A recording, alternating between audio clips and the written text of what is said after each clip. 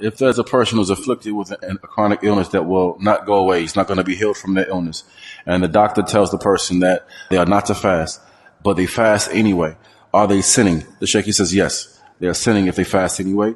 He says, especially if it's the case wherein a person, he has an illness and him fasting after getting this advice from the doctor tells him that they shouldn't fast, they fast anyway, and it will prevent his healing from the illness that he currently has, or it may delay it, or it may spill over into other ibadat, other acts of worship and obligations that he has towards Allah Tabaraka wa Ta'ala. It may start to affect those other acts of worship, those other obligations. This person, in this case, he's sinning. He says what's incumbent upon the Muslim is that they not be short-sighted, but rather they look at the legislation of Islam and these concessions that have been granted and given to the Muslim, and know that they are wise and they have his best interest connected to them. He says, and he looks at those concessions and he takes those concessions. He says, and he not gives intellect precedence over the legislation.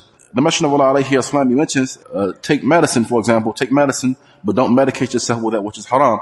And so, as it relates to this issue, the person who the doctor has advised them with something and they choose to go against their advice, then this person, then we say, yes, he's a sinner. And some of the scholars, they say otherwise. However, that which is closest to what is correct in the Sheikh's view is that the person who does that, then he's sinning in that case. So therefore, he should look to the legislation of Islam and these concessions that have been granted to him, and he take those concessions.